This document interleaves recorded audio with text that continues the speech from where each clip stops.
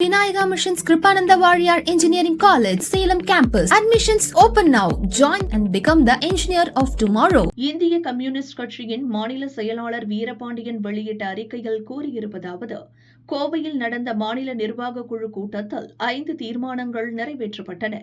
Petrol, diesel, gas cylinder விலை உயர்வையும் விலைவாசி உயர்வையும் கட்டுப்படுத்த மத்திய அரசு நடவடிக்கை எடுக்க வேண்டும்.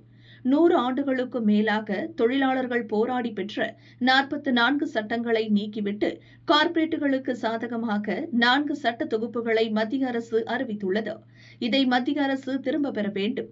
அதே சமயம் தமிழகத்தில் இவற்றை அமலாக்க முடியாது என தமிழக அரசு அறிவிக்க வேண்டும். மகாத்மா காந்தி தேசிய ஊரக வேலை உறுதியளிப்பு திட்டத்தை மேலும் வலுப்படுத்தி தொடர்ந்து செயல்படுத்த வேண்டும். இது தொடர்பாக தமிழக சட்டசபையில் தீர்மானம் நிறைவேற்றி மத்திய அரசுக்கு தமிழக அரசு அழுத்தம் கொடுக்க வேண்டும். தவேக தேர்தல் அறிக்கையில் உறுதியளித்துள்ளபடி 5 ஏக்கர் வரையிலான நிலம் வைத்திருக்கும் விவசாயிகளுக்கு மட்டும் இன்றி அனைத்து விவசாயிகளின் பயிர் கடன்களையும் முழுமையாக தள்ளுபடி செய்ய வேண்டும். அதேபோல் கான்ட்ராக்ட் அவுட்சோர்ஸ் தொழிலாளர்களை நிரந்தரம் செய்வதற்கான நடவடிக்கைகளை தமிழக அரசு உடனே துவக்க வேண்டும். இந்த 5 கோரிக்கைகளையும் வலியுறுத்தி வரும் 29ஆம் தேதி தமிழகம் முழுதும் மாவட்ட தலைநகரங்களில் ஆர்ப்பாட்டம் நடத்தப்படும் என வீரபாண்டியன் கூறியுள்ளார்.